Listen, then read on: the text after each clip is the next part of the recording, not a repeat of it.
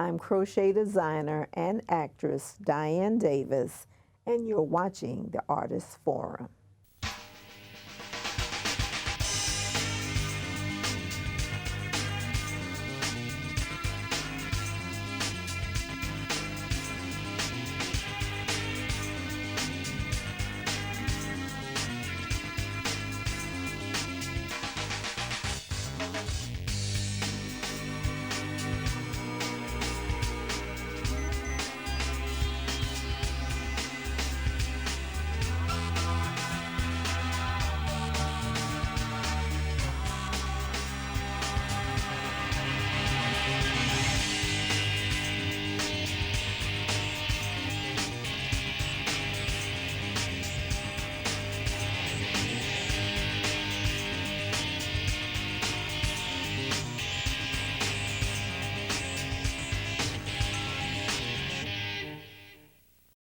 Good evening. You're watching the Artists Forum.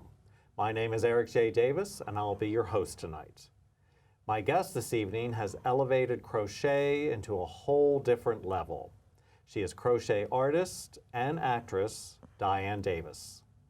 Diane, welcome to the show. Well, thank you for having me this evening. It's really great to have you here. Yes. So I want to start out with finding out about the path that led you to crochet and how this all started, what the impetus was. Tell us about that. Well, I started out sewing.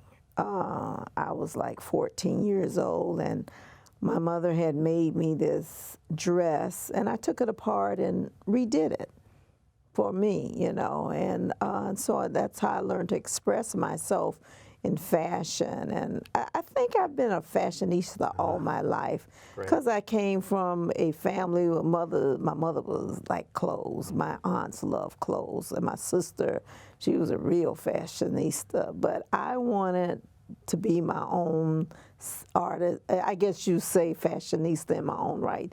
So I learned to sew. And then I went on to college, and I studied at Florida State University, where I got my bachelor's degree in fashion merchandising. And then after college, I moved to San Francisco. And I lived with my brother and his wife, Emma, my brother Frank and his wife, Emma.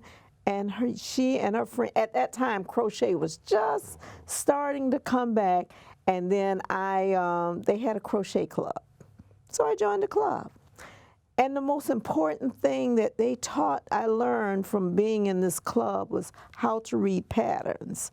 A lot of times ladies will crochet, they'll go make this Afghan where they go around and around in circles, but they actually taught me how to really read a pattern. And so I learned to read a pattern, and that's basically what a good crocheter knows how to do. This is what got me to the point where I started designing. And mainly I got into, at one point, doilies, which can be very complicated. And I loved them because they were so pretty. But then I was always, the thing with me, I'm good in math. I'm a bookkeeper by profession.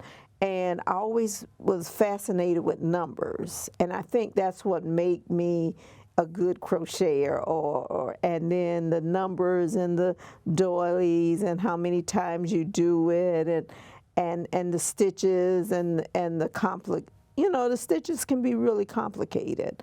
And so, and then from there, after I learned stitches, I learned that. Well, it took a long time for me to design. Mm-hmm. I don't know, I think one time I stopped crocheting for 5 years. And then one day I just picked it up again and started again. And then I think it was back in 2004, I was living in Los Angeles. And I saw a picture of Prada, Mutua Prada. And she had this hat on her head. And I made my first loop-de-loop hat. And that's where I started with the hats. That's great. Yes. That's great. Mm-hmm. Well, so first of all, tell us what exactly is the technique of crochet, and how does one crochet? Well, it's, as opposed to knitting, you use needles. Mm-hmm. And use other devices with knitting.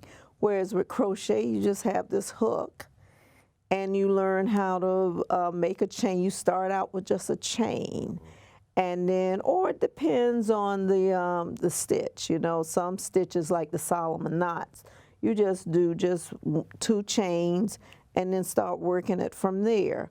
Whereas most crochet, you start out chain 22, chain 30, chain 200 if you're making a sweater, or a blanket, chain 300 and something. And then you have all type of different stitches that develop from these basic stitches. And you just use a hook. Okay, and of course you started with doilies, but now you've really gone into incredible fashion pieces, Yes. statement pieces, even Yeah. bracelets, jewelry. Yes. So tell us a little bit about that whole process and how that came about. Things pop up. I don't know how to draw. I studied fashion design at Los Angeles Trade and Technical College after I moved to LA. And I just started designing, taking pattern making courses, and really learning how to sew.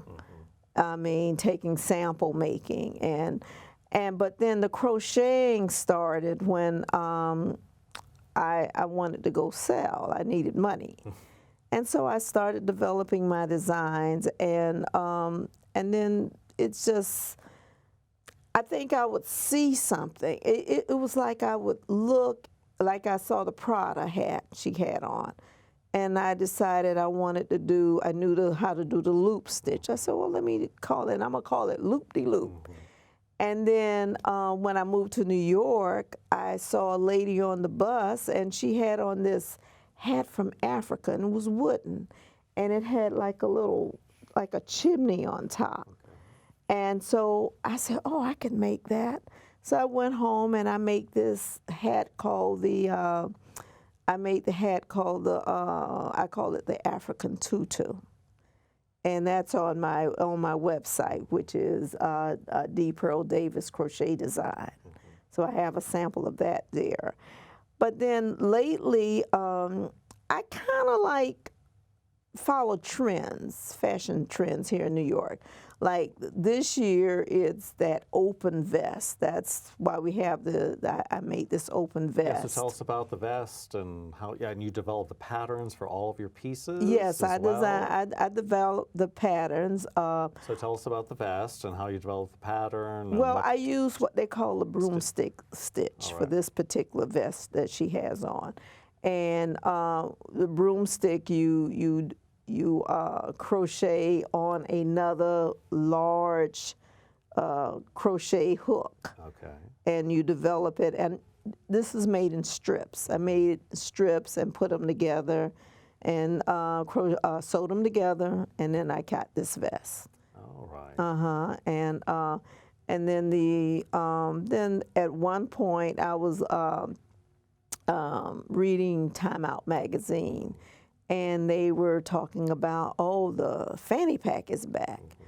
And I said, well, why not have fanny packs? And, I get these, I talk to myself sometime, I guess, like everybody. We all do. And I said, well, why not have a fanny pack that when young ladies go out to dance at night, they can have it around their waist, and it looks really, really beautiful. So that's how the evening fanny pack came into play. I do other fanny packs also. Right. And then... and tell us, about the cap, because the cap is really, quite a wonderful piece with the visor and the way I had seen... I had seen visors on sites like Etsy before, but I never attempted it. And then at the flea market, I sell at the Green Flea Market on 77th and Columbus every Sunday except the first Sunday. A lady came to me, one of the other vendors wanted a hat. And she said, I need, she's partially blind. So she wanted something that would cover her eyes, to shield her eyes from the sun. So that's how I came up with this one for her.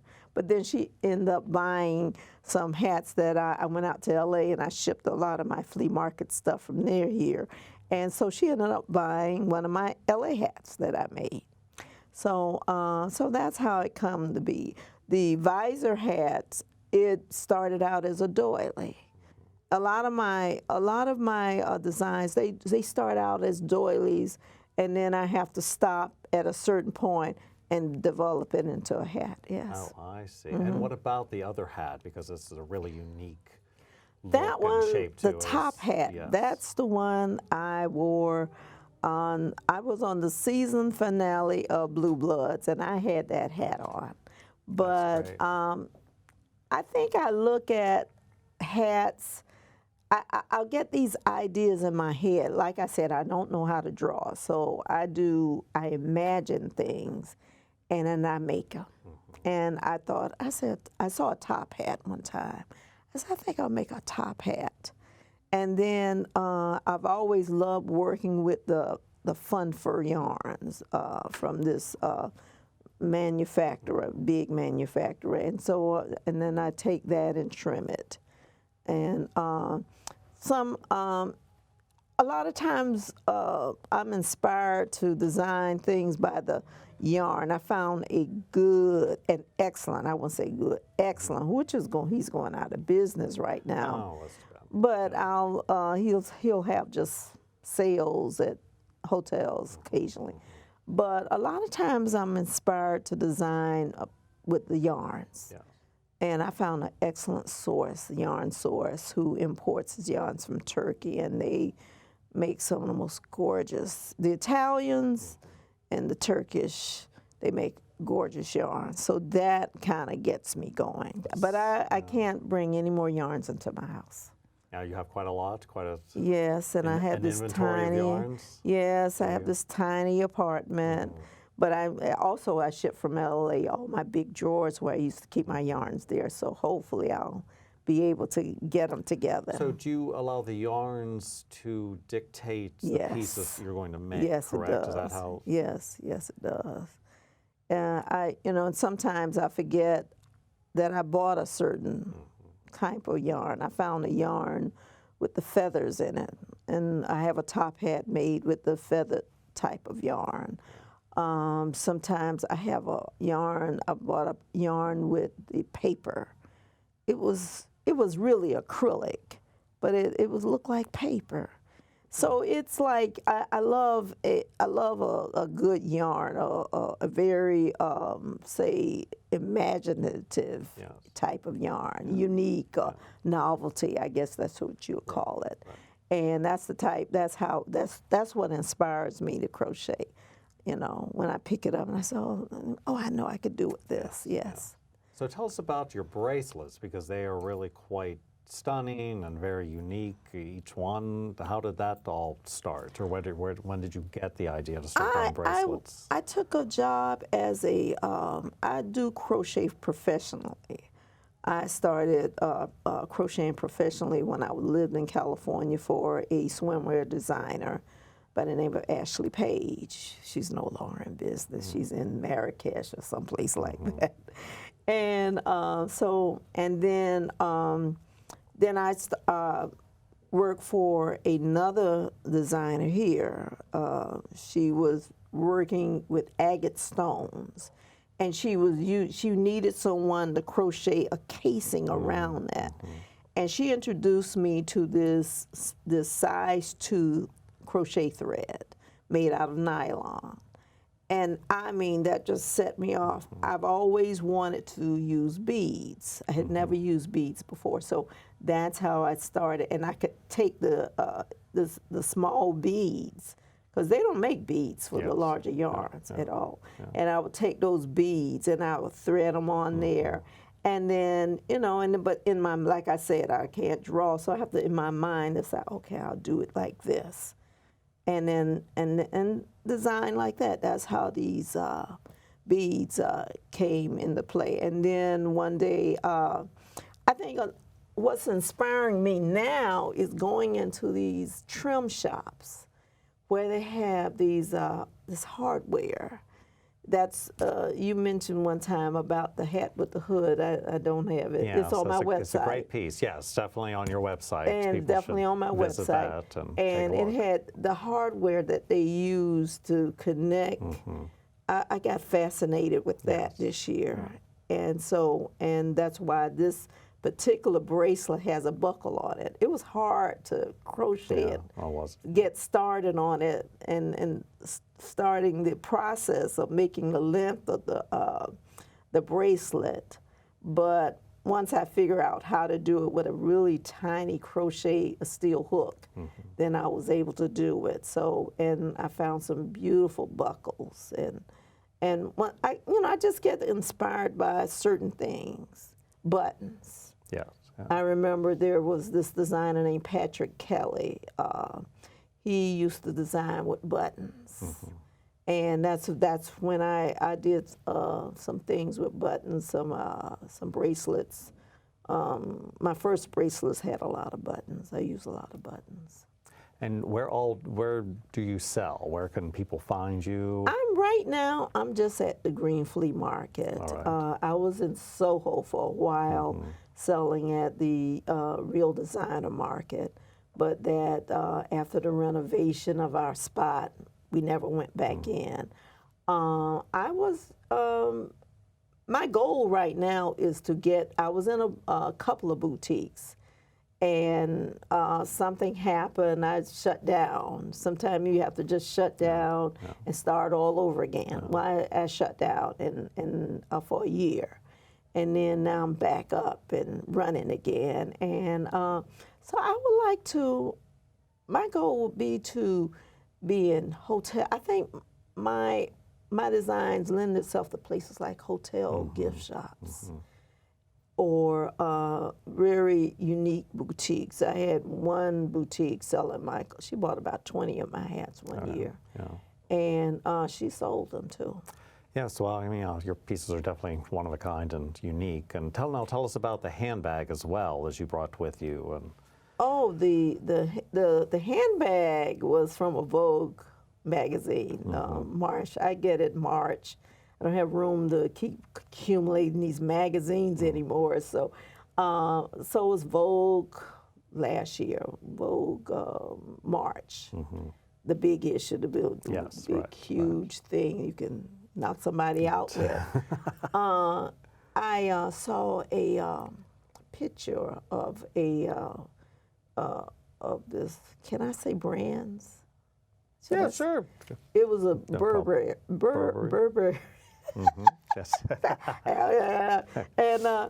And it was, they had this handbag, but theirs had, of course, the straps and everything. And then I remember the handbag I had when I was a little girl. My aunt bought it for me, and it was lavender, but it was plain, and we didn't have handles on our bags. We had just plain clutch bags. So I got into the clutch bag thing. And so, but their handbags had these flowers on them. And I said, oh, wait a minute, I kind of like that. So that's how that handbag, I had to do each flower individually, and then I sewed it onto the bag. Now, of course, Diane, you're also an actress.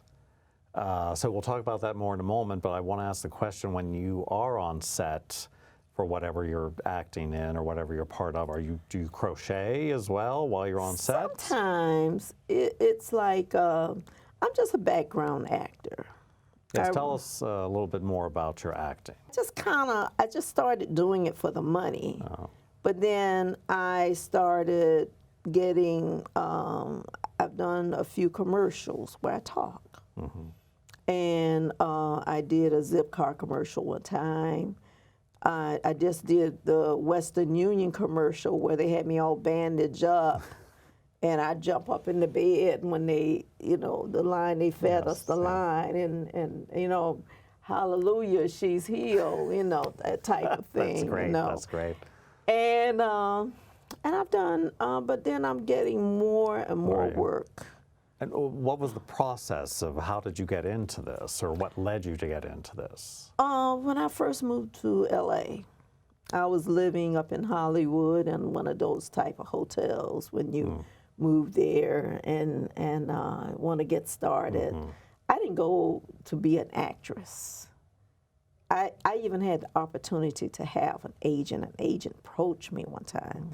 Oh, I wasn't interested in that. I was a bookkeeper. I studied accounting at Georgia State University, and I took the CPA exam once.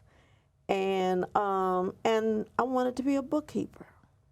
And then I knew I wanted to go to fashion design, to take some fashion design courses. But then, you know, once I lived in this hotel and everybody comes to LA to be an actress. Everybody thinks everybody comes with the acting bug. I didn't. I wanted to have me a good job. I had retired. I was a flight attendant for 25 years of my life. Right. And so I had retired from that. And so I just, you know, I just wanted to get me a good job, make me some money. It was about money for me. And then, but then they started, you sit there and listen, and everybody started telling you, oh, you can go to this place and sign up. You can go to this place. And so I really got my start with Central Casting. Oh, and that's how I got started. Yeah. And then I didn't work that much because I spent a lot of time in class. I mean, it was cheap to go to school in California. And then I had a couple of really good bookkeeping positions.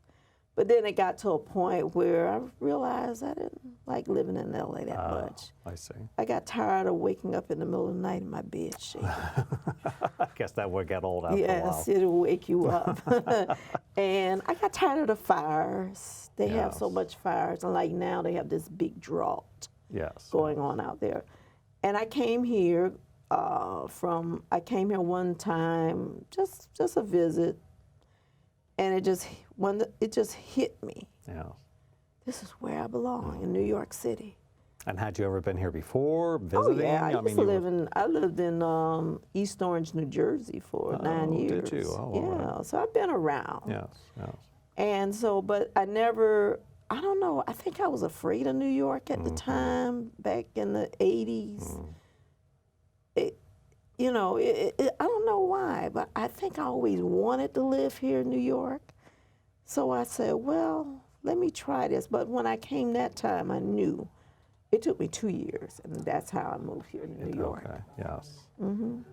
Yeah, no, New York is a great place to be. It is. There's a lot going on. And it is. so where exactly can everyone find you again on the internet? At www.theartistsforumtv.com. And of course, all your designs are on your website for sale. Yes, they're on for sale.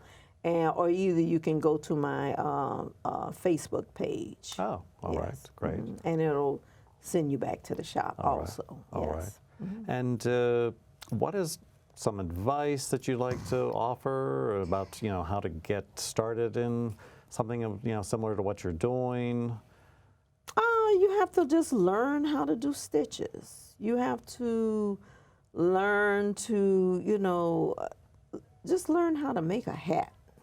Once you learn how to make a hat, then that really will, then you can add things onto it and do a lot of things with it.